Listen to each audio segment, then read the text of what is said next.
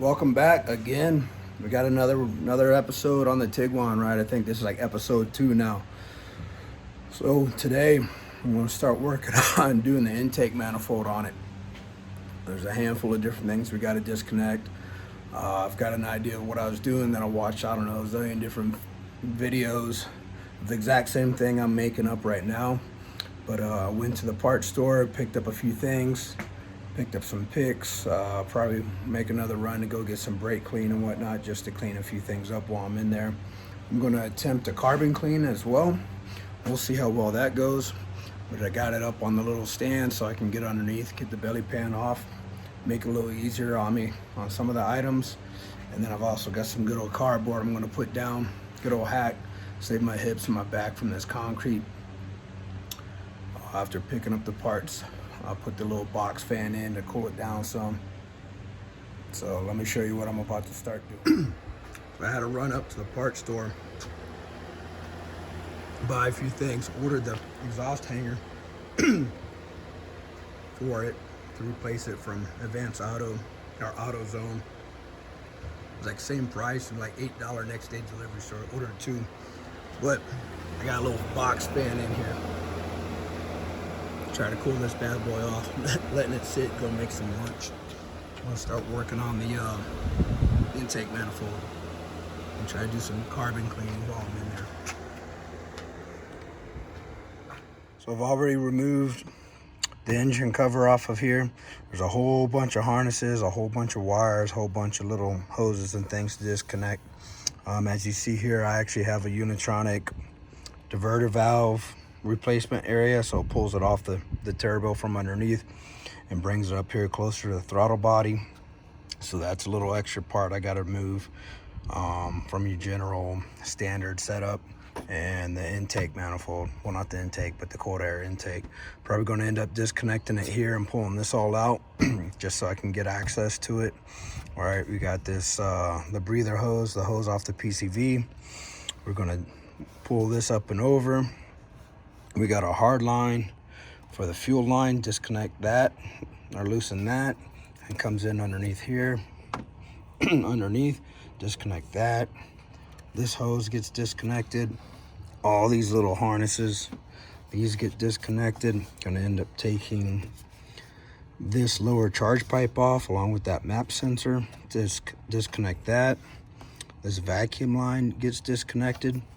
And I'm doing this, all this, because I'm throwing that P 2015 for the runner. And if you look here, right in there, that's been my issue. This is the old setup and probably gonna block it some. But right where my thumb is, this has been sliding out like this, right? So I'd have to push this plunger up and push it in, right? Put it back into place, be able to drive it. And then every time I go to start it up, I make sure that's pushed in. Otherwise it throws a vacuum leak, random misfires, all that good stuff. Drivability goes down. Disconnect this line, disconnect this line, pull the oil filter off, and some are actually taking the throttle body off so that they can get to the bracket underneath here. There's a little bracket that's held in by a 10 mil triple square and a 10 mil bolt or nut or whatever. So I've got some work cut out ahead of me. On average, people are saying our book time is saying 4 hours or whatnot. Well, it's going to take me a good bit more. Right, the other part I got to take off, I'm going to take this belly pan off. This little trim, this belly pan, so I can get up underneath to that lower charge pipe. Just to create some more clearance for me, make things easier. On this little thing, I'm in no hurry. I took this week off from work. I got some leave to burn, use or lose days, so I took this week off to be able to do this, take care of the vehicle. Lots of odds and ends things. You've already seen me update some things, or try to. So I'll go ahead and get started on this bad boy. I'm not looking forward to it, honestly.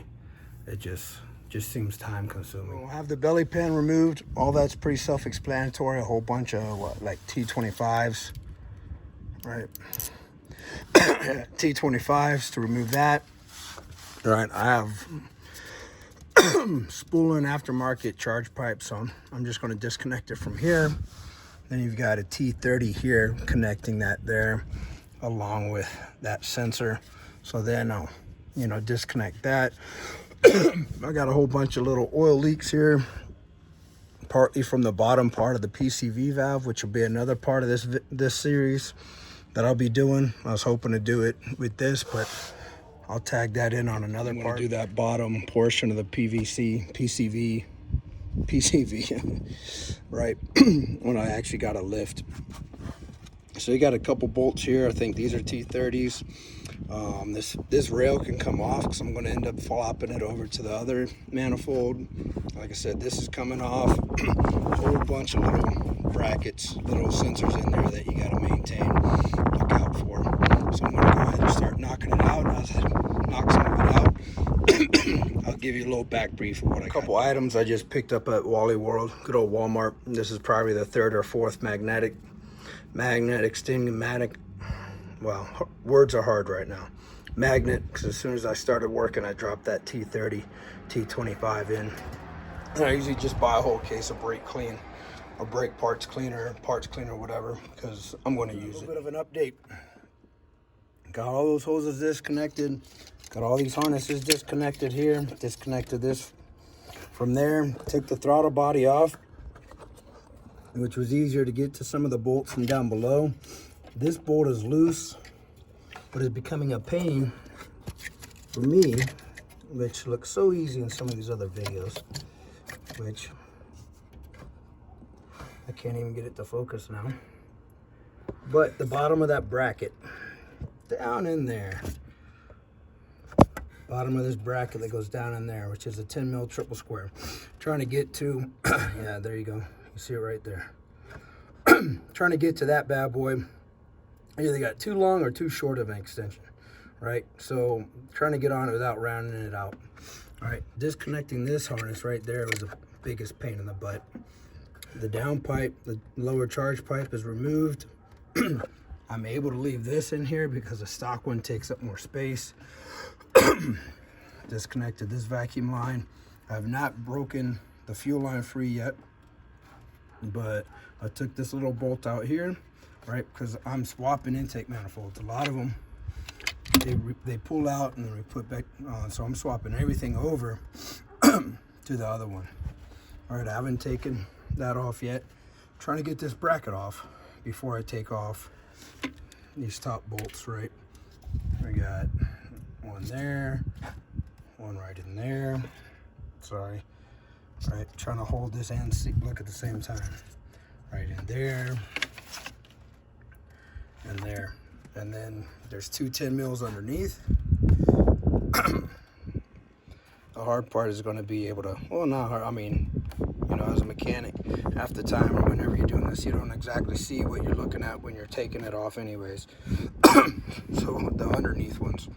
All right, so kind of, I don't know, 3/4 of the way there, you could say. This bracket right here is the biggest pain in the butt you're going to deal with doing this bad boy. I can see why other people left this out when they put it back in. Finally got it out.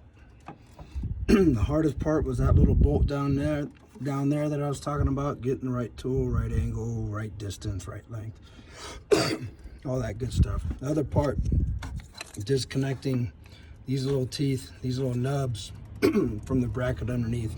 Those two come off pretty easy. This one's a little bit of a pain in the butt, but once you get the right angle, it felt like this harness was getting hung up, but really it was this. I've already pulled 3 of the dividers out like this, but I wanted to show you how nasty this is. This is 130,000 miles, right? All that carbon.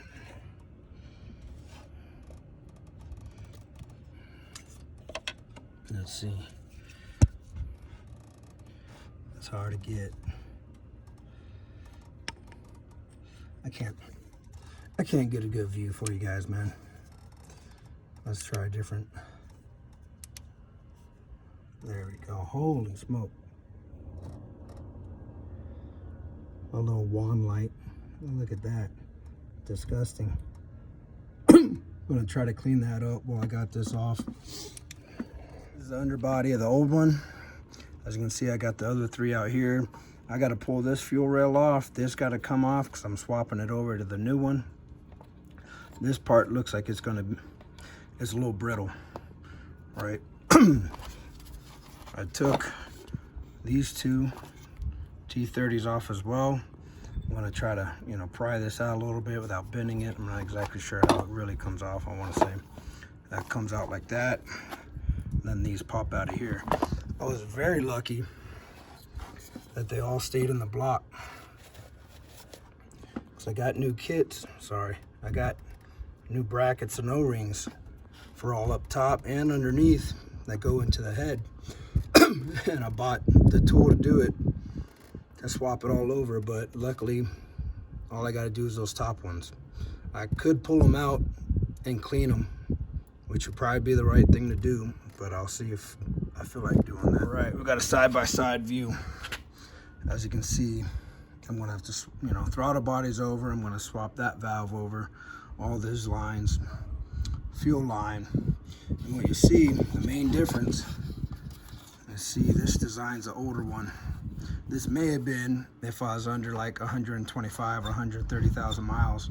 It's probably a 10-year or 130 or 125. I can't remember what the extended warranty through Volkswagen America was. But you see that design right there. This is the part that kept popping off and out, right?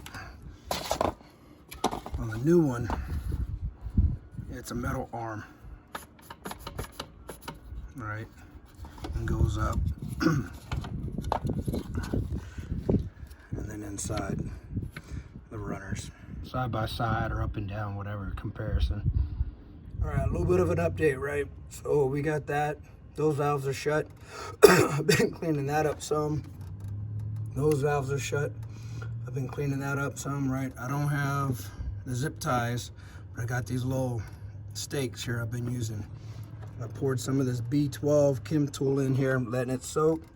Been hitting it with a pick, right, to clean those up.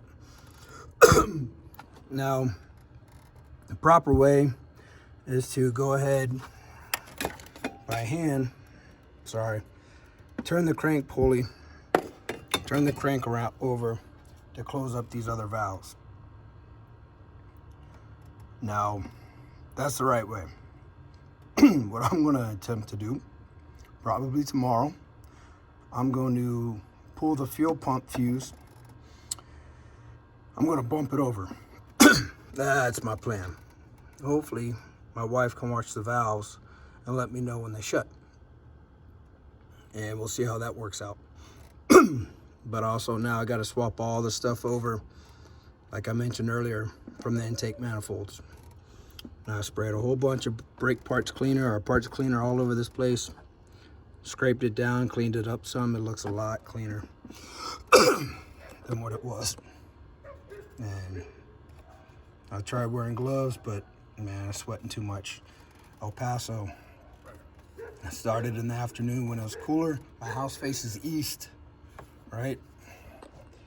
My house faces east, so it sets in the west. It's a little bit cooler in the afternoon. Evening, I can work out front without the sun blasting me.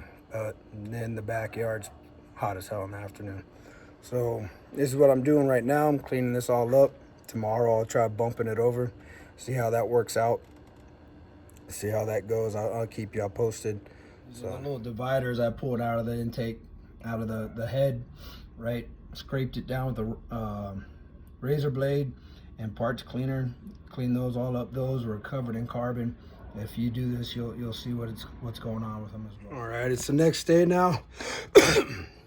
Cough's still going strong.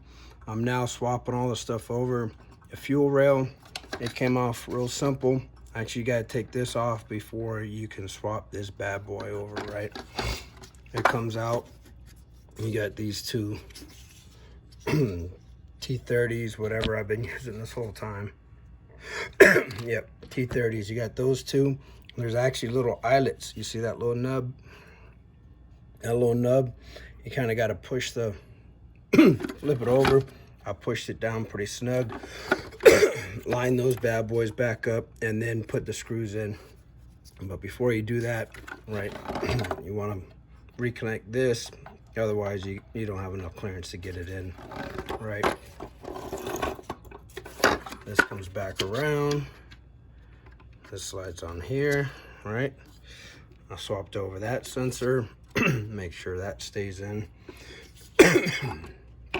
All right,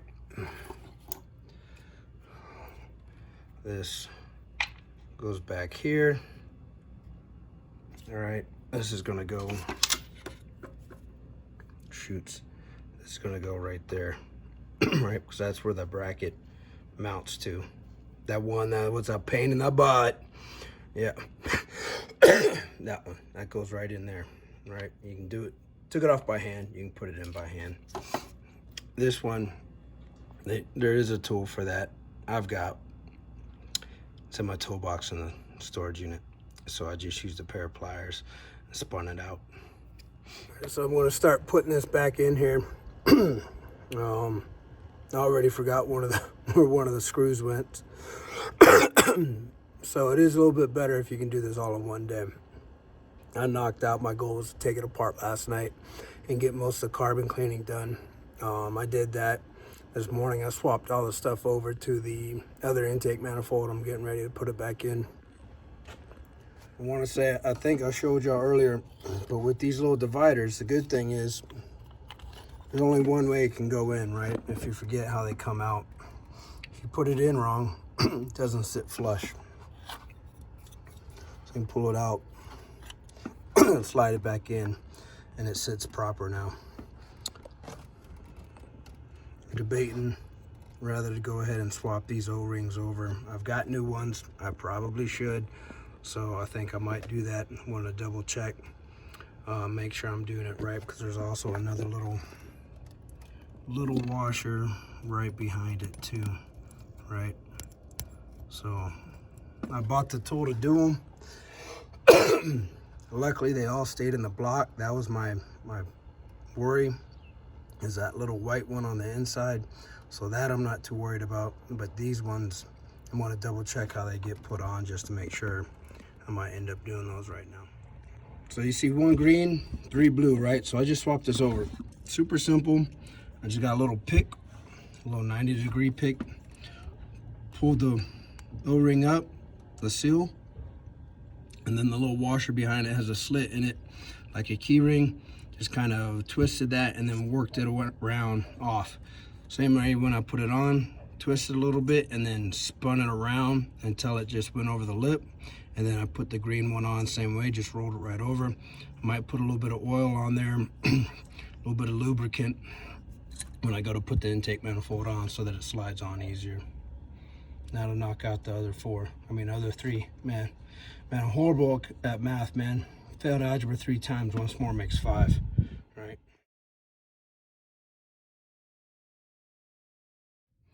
They are all on now. Yes, that one is blue, however it is brand new. Look at that, funky rhymes. Right, but super simple. Roll right on. I did notice a little washer underneath, a kind of a step lip on it. I noticed that after I put this one on. So this one is opposite of how they came off. However, fingers crossed, I don't think it's going to make much of a difference. I noticed it's more of a compression ring kind of. So when the manifold goes back on, which is usually always more of a pain in the butt with new seals on there, but hopefully it's not going to be too much of a pain. Biggest pain, that daggone bracket that goes back under there.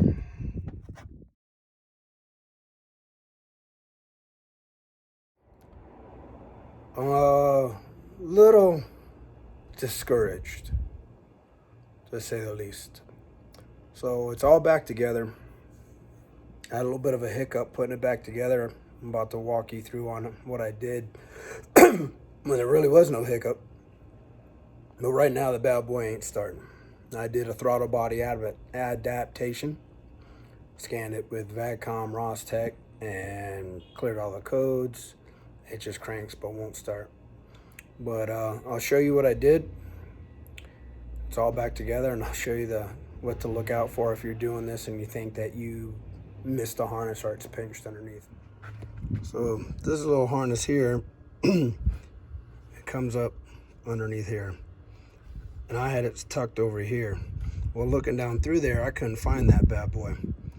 So I kept looking down in, and I saw a harness that looked like it was it.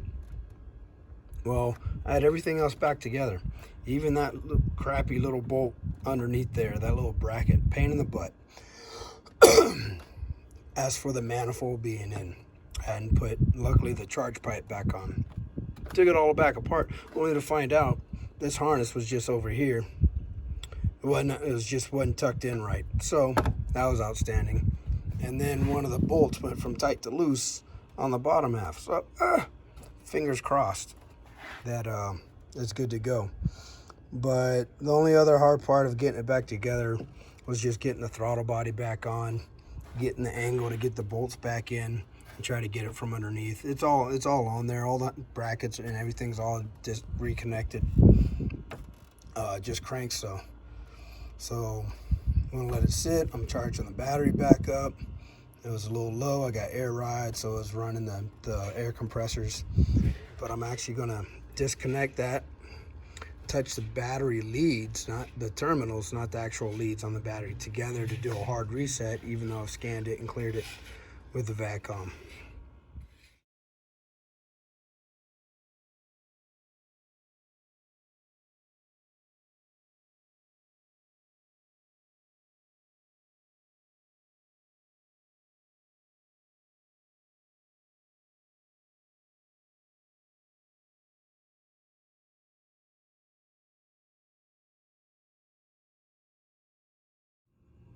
Hood is still up because I've been digging into this for a while today, and it was an issue caused by myself. It was a no start after doing the intake manifold. Super simple, but my dumb ass decided to do Rostec VACCOM, look up some code, see what's going. Intermittent J17 fuel pump relay, which that's been intermittent for a while. So I traced that down, bought a new fuel pump relay, it's like 12 bucks, AutoZone. Cool. About ordered a fuel pump module, control module. It's like 90 bucks Hitachi from O'Reilly's. Wouldn't be here till the 31st. So I said, nah, let me keep digging. I need it like right away. Went back up to my harnesses, and there was one harness that was disconnected. It looked like it was plugged in. Wasn't plugged in all the way. This one right there, the big one right there. You see it? So the fun part is, it wasn't throwing any codes for it. I did an auto scan, no codes. So I was like, let me just double check. I double check, triple check. After messing with this, pulled the back seat out. I'll show you, I even pulled the back seat out to get to the fuel pump module, which is under there. All right. All along, my dumb ass didn't plug that thing in all the way. It's kind of hard to get in. So I just hit it with my purse. It went right in. Back to the hanger, right? Real parts. You see them posted all over the websites and whatnot. Same thing that Euro Tuning had, except I was able to get it the next day. Here local from AutoZone. I bought two. Yeah, they don't go bad that often. I figured they're $5 a pop. I'm gonna go ahead and get two just in case. So I'm gonna go ahead and replace this. As you can see, this bracket only goes on one way, and that hanger only goes on one way. So you can't screw it up, even if you think you're going to. 13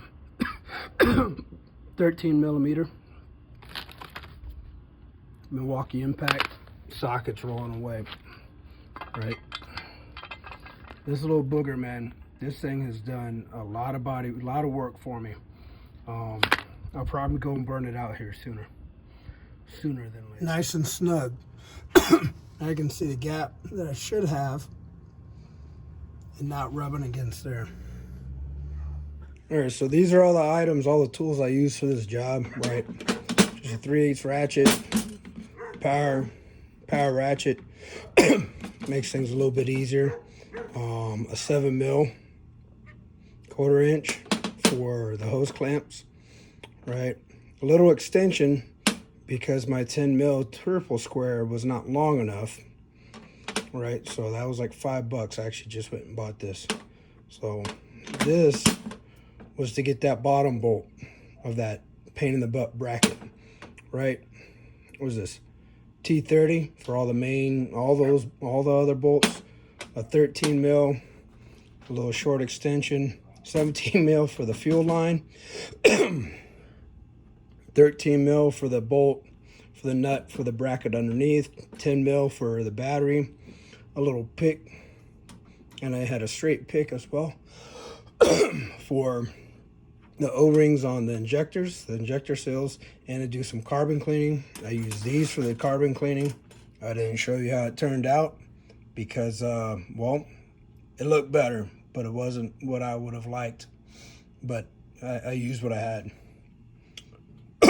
Little Phillips screwdriver again for the what do you call it, hose clamp, and then little magnet trays to hold the bolts. All right, so that's everything I used to knock this job out. There you go, a little treat for you guys. I haven't shown you how much of the Mark III since I did the fuel pump, the water pump thermostat housing. It's nasty and dirty, but we'll get a little cold start for you. All right.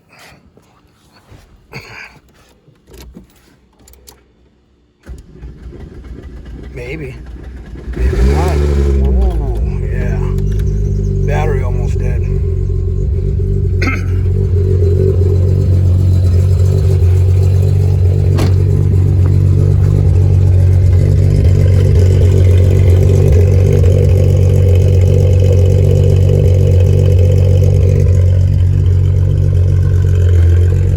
Some parts in there. Some more parts in there.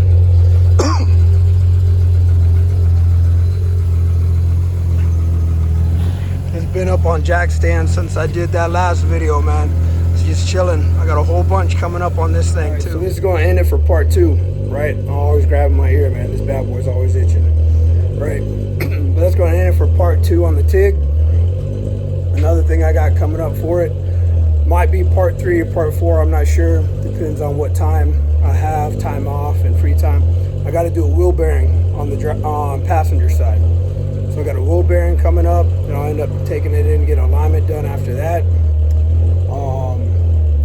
Did the exhaust hanger, cleared that up. Did the intake manifold, cleared that up.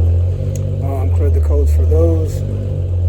But just stay tuned, man. I got some more stuff coming for the Tiguan. You know, it's had a lot of stuff done, but now it's hitting a lot of maintenance too. So thank you for sticking around.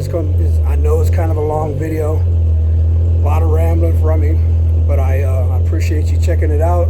Appreciate you looking around the rest of the channel, looking at all my other little odds and ends.